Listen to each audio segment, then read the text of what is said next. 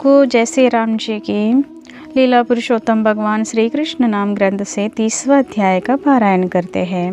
ओम श्री गणेशाय नमः। हर हर महादेव। जय माता दी। जय श्री राम। जय श्री राधे श्याम। कृष्ण का गोपियों से छिपना। जब कृष्ण सहसा गोपियों की टोली से अदृश्य हो गए तो वे उन्हें प्रत्येक स्थान में ढूंढने लगे, किंतु कहीं भी उन्हें न पाकर वे भयभीत हो गए और उनके पीछे पागल सी हो उठे। वे अत्यंत प्रेम तथा स्नेह से कृष्ण की लीलाओं का ही चिंतन करने लगे। उनके ध्यान मग्न होने के कारण उनकी स्मृति जाती रही और अश्रुपूरित नेत्रों से वे कृष्ण की सारी लीलाएं, उनके साथ हुए सुंदर वार्तालाप, उनके आलिंगन, चुंबन तथा अन्य कार्यकलाप देखने लगे। कृष्ण के प्रति अत्यधिक आकृष्ट होने से वे उनके नाचने, चलने, हंसने का इस तरह अनुकरण करने लगे मानो वे स्वयं कृष्ण हो। कृष्ण के न होने से वे सब पागल हो उठे। वे एक दूसरे से कहने लगे कि वे ही स्वयं कृष्ण हैं। वे सब शीघ्र ही एकत्र हो गए और जोर जोर से कृष्ण नाम का उच्चारण अर्थात कीर्तन करने लगे। वे उन्हें ढूंढते ढूंढते जंगल के एक सिरे से दूसरे सिरे तक पहुंच गए। वस्तुतः कृष्ण सर्वव्यापी है। वे आकाश में है, वन में है, हृदय के भीतर है और सर्वत्र विराजमान है। अतः गोपियाँ वृक्षों तथा पौधों से कृष्ण के विषय में पूछने लगे। जंगल में अनेक प्रकार के बड़े तथा छोटे वृक्ष थे। गोपियाँ इन वृक्षों को संबोधित करने लगे। हे वट वृक्ष, क्या तुमने नंद महाराज के पुत्र को इधर से जाते, हंसते तथा वंशी बजाते देखा है? वह हमारे चित्त चुरा कर चला गया है। यदि तुमने उसे देखा है तो हमें बताइए कि वह किधर गया है। हे प्रिय अशोक वृक्ष, हे नागपुष्प के वृक्ष, हे चंपक वृक्ष, तुम ही बता दो कि क्या बलराम के छोटे भाई को इधर से जाते देखा है? वे हमारे गर्व के कारण अंतर्ध्यान हो गया है। गोपियों को कृष्ण के अंतर्ध्यान होने के कारण ज्ञात था। वे जानते थे कि जब वे कृष्ण के साथ आनंद मग्न थे तो वे अपने को ब्रह्मांड की सर्वाधिक भाग्यशालिनी स्त्रियां समझ रहे थे और चूंकि अपने को गर्वित अनुभव कर रहे थे, अतः कृष्ण उनके गर्व का दमन करने के लिए तुरंत अंतर्धान हो गए हैं।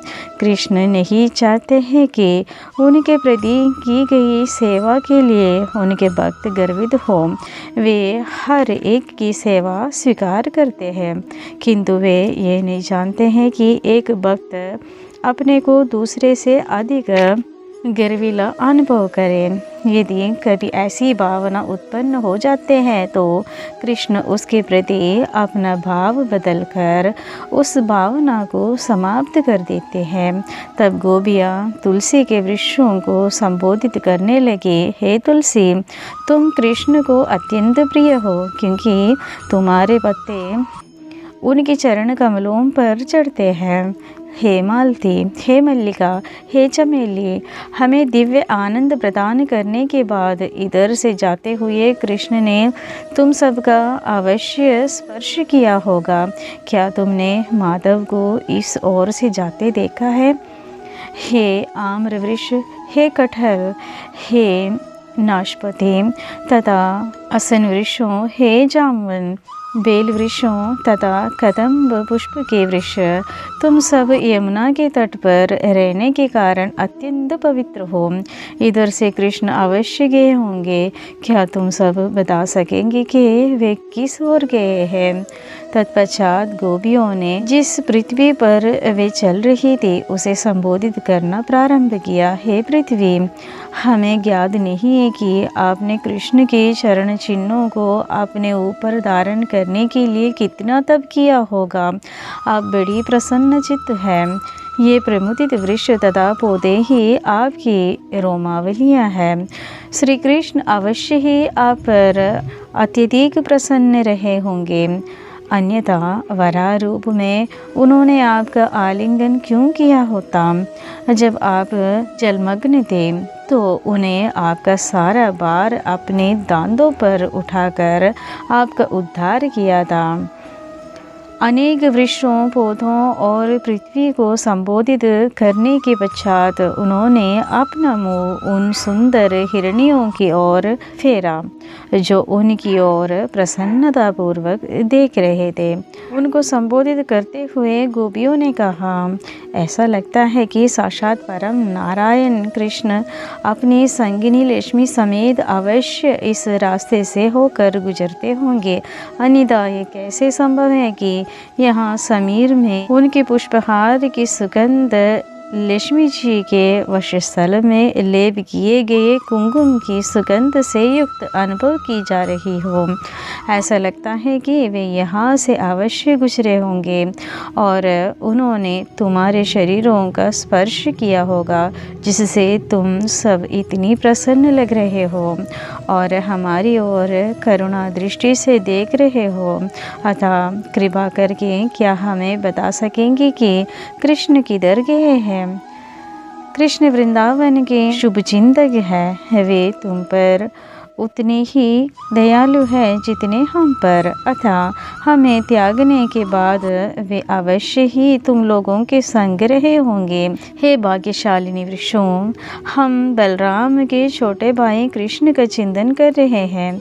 वे अपना एक हाथ लक्ष्मी देवी के कंधे पर रखे और दूसरे हाथ में कमल का पुष्प घुमाते हुए इधर से गए होंगे और तुम लोगों के नमस्कार करने पर प्रसन्न हुए होंगे और तुम सबको प्रसन्नतापूर्वक निहारे होंगे।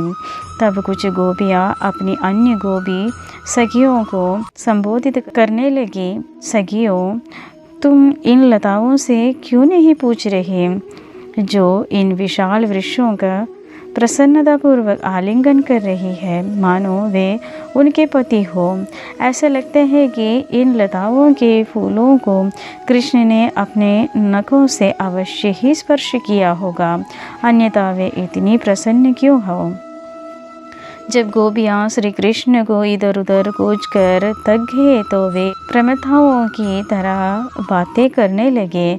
वे कृष्ण की विविध लीलाओं का अनुकरण करके अपने आप को संतुष्ट करने लगे। एक ने पूतना राक्षसी का अनुकरण किया और दूसरी ने कृष्ण बनकर उसका स्तनपान किया। एक गोपी चकड़ा बन गए और दूसरी इस चकड़े के नीचे लेटकर अपनी टांगें हिलाने लगे, जिससे वे चकड़े के पहियों को छू जाए है, जिस प्रकार कृष्ण ने शकटासुर का वध करने के लिए किया था। एक गोपी बालक कृष्ण का अनुकरण करते हुए भूमि पर लेट गए और एक गोपी तृणावर्त बनकर उस नन्हे बालक कृष्ण को बलपूर्वक आकाश में उठा ले गए। एक गोपी ने कृष्ण का अनुकरण घुटनों के बल चलते तथा अपनी क्षुद्र घंटिका बजाते हुए किया। दो गोपियाँ कृष्ण तथा बलराम बनी और अन्य अनेक गोपियाँ ग्वाल बाल बन गए। एक गोपी ने बकासुर का रूप धारण किया और दूसरी ने उसे बलपूर्वक पृथ्वी पर गिरा दिया, जैसे बकासुर गिरा था जब उसका वध हुआ था। इसी प्रकार एक अन्य गोपी ने बकासुर को हराया। जिस प्रकार कृष्ण अपनी गायों को उनके नाम ले लेकर पुकारते थे, उसी प्रकार गोपियाँ उनका अनुकरण करने लगे और गौओं को उनका नाम ले लेकर पुकारने लगे।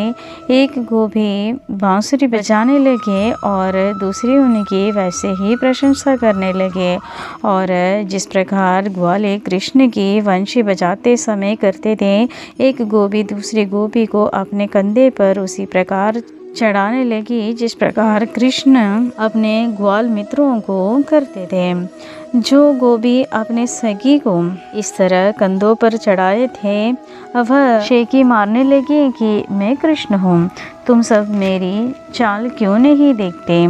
एक गोपी ने अपने वस्त्र और हाथ उठाते हुए कहा, अब मूसलाधार वर्षा तथा प्रबल चक्रवात से मत डरो, मैं तुम सबको बचाऊंगी।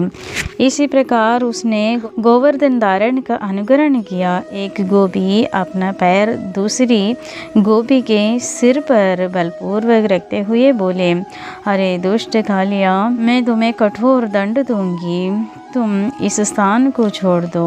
इस पृथ्वी पर मेरा अवतार सभी तरह के दुष्टों को दंड देने के लिए हुआ है। दूसरी गोपी अपनी सखियों से बोली, देखो ना, दावाग्नि की लपटें हमें हिलने आ रहे हैं, अपनी आंखें बंद करो, मैं तुम्हें इस आसन्न संकट से तुरंत बचा लूँगी। इस प्रकार सारी गोपिकाएं कृष्ण की अनुपस्थिति से उन्मत्त हो रही थी। उन्होंने कृष्ण के विषय में वृक्षों तथा पौधों से पूछा। कई स्थानों में उन्हें उनके चरण चिन्ह दिखाई पड़े, जिनमें ध्वजा, कमल, त्रिशूल, वज्र आदि अंकित थे। इन चरण चिन्हों को देखकर वे फूट फूट कर रो पड़ी। अरे, ये तो कृष्ण के पैरों के चिन्ह हैं। सारे लक्षण ध्वजा, कमल, पुष्प, त्रिशूल तथा वज्र बिल्कुल स्पष्ट दिख रहे हैं कि वे उन पद चिन्हों का अनुकरण करने लगी। तभी उन्हें पास ही दूसरे चरण चिन्ह दिखाई पड़े। वे तुरंत अत्यंत दुखी हुई। वे बोल उठी, प्यारी सखियों, जरा देखो ना, ये दूसरे पद चिन्ह किसके हैं? ये महाराज नंद के पुत्र के चरण चिन्हों के पास पास है। नीचे ही कृष्ण किसी अन्य गोपी पर अपना हाथ टेके इधर से उसी प्रकार गई है जिस तरह हाथी अपनी प्रिया के साथ साथ चलते हैं। अतः हमें ये जान लेना चाहिए कि इस विशिष्ट गोपी ने कृष्ण की सेवा हम सबों से अधिक प्रेम तथा स्नेह से की है, इसलिए वे हमें त्याग कर भी उसका संग नहीं छोड़ पाए। वे उसे अपने साथ लेते गए हैं। सखियों, जरा विचारो तो कि इस स्थान की दिव्य धूलि कितनी धन्य है।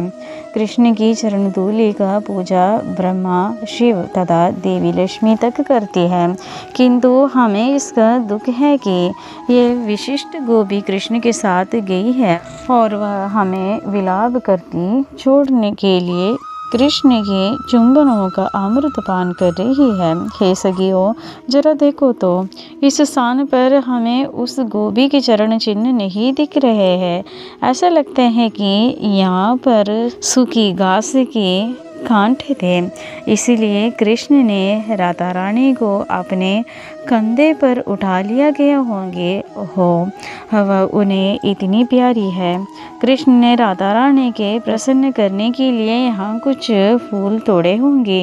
यहाँ पर वे ऊंची डालों से फूल तोड़ने के लिए सीधे खड़े हुए होंगे। अतः हमें उनके अधूरे चरण चिन्ह दिख रहे हैं।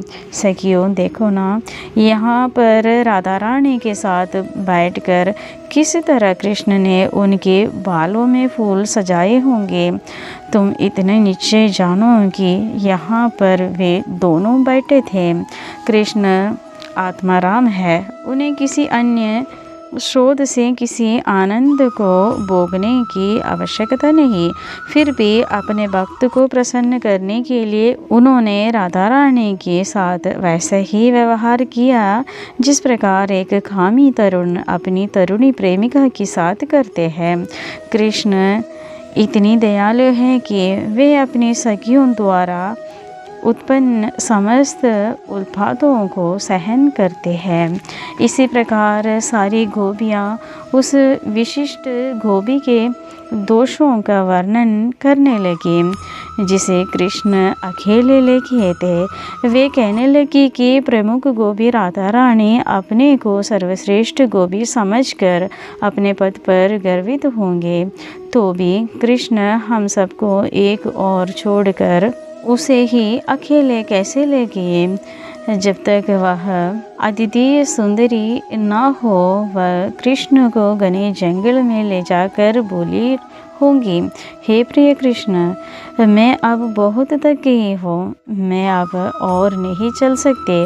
अब आप मुझे चाहे जहाँ ले जाए, लेकिन उठा कर ले जाओ। जब कृष्ण से उसने इसी तरह कहा होगा तो उन्होंने भी राधा रानी से कहा होगा, अच्छा तुम मेरे कंधे पर बैठ जाओ। किंतु कृष्ण तुरंत अदृश्य हो गए होंगे और जब राधा रानी उनके लिए विलाप कर रहे होंगे, मेरी प्रेमी, मेरी प्रियतम, आप इतनी अच्छे और शक्तिशाली है, आप कहाँ गए? मैं आपकी परम आज्ञाकारिणी दासी हूँ, मैं अत्यधिक दुखी हूँ, कृपया आइए और पुनः मेरे साथ हो लीजिए।